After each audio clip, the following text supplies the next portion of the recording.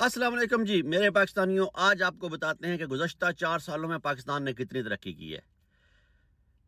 Establishment اور P D M regime change نے مل کر اس ملک کے ساتھ کیا کھلواڑ کیا، اس ملک کے اداروں کو کیسے تباہ کیا، اس ملک کی ترقی کو 6.6 جی ڈی پی کو 0.6 پر کیسے لے کر آئے۔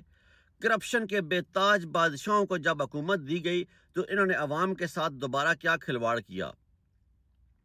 سب سے پہلے آئی ایم ایف کی اپنی رپورٹ کہتی ہے کہ گزشتہ 4 سالوں میں ملٹری اسٹیبلشمنٹ اور موجودہ رجیم چینج کی پی ڈی ایم نے مل کر پاکستان کی تاریخ کی سب سے بڑی کرپشن 4 سالوں میں کی، جو 5300 ارب روپے ہے۔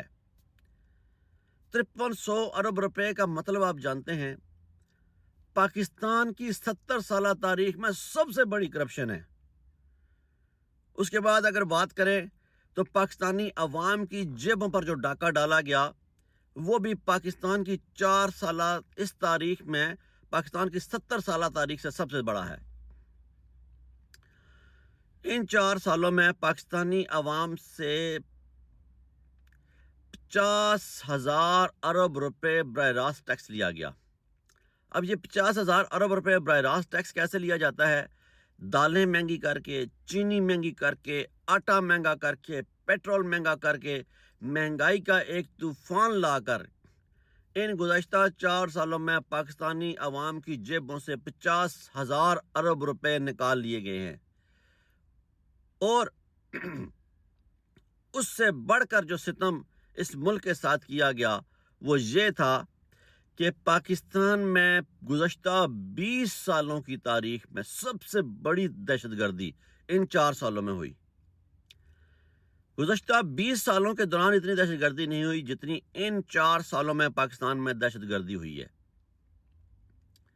پاکستان کے فوجی جوان شہید ہوئے، پاکستان میں اعلیٰ پائے کے نامی گرامی لوگوں کو شہید کر دیا گیا، پاکستان میں اداروں کو کوئی پوچھنے والا نہیں تھا، دہشت گرد اپنے عروج پر تھے اور انہوں نے چن چن کے اپنے ٹارگٹس کو ہلاک کیا۔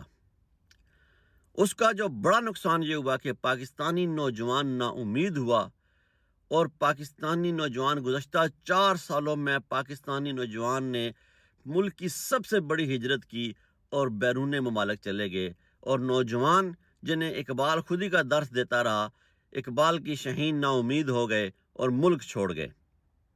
یہ گزشتہ 4 سالوں میں ہوا جب اس ملک پر ملٹری اسٹیبلشمنٹ اور پی ڈی ایم نے مل کر رجیم چینج کیا اور اس غاصب ٹولے نے حکومت اپنے کنٹرول میں لی۔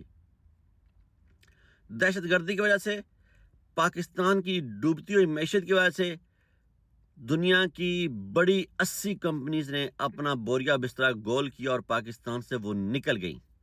اب یہ 80 کمپنیز کیا تھیں؟ ایک ایک کمپنی کے پاس لاکھوں لوگ ملازم تھے۔ لاکھوں لوگوں کا مطلب کیا ہے کہ کروڑوں خاندانوں کا روزگار چھن گیا اور وہ بے روزگار ہو گئے۔ یہ گزشتہ 4 سالوں میں اس رجیم نے ہمارے ساتھ کیا،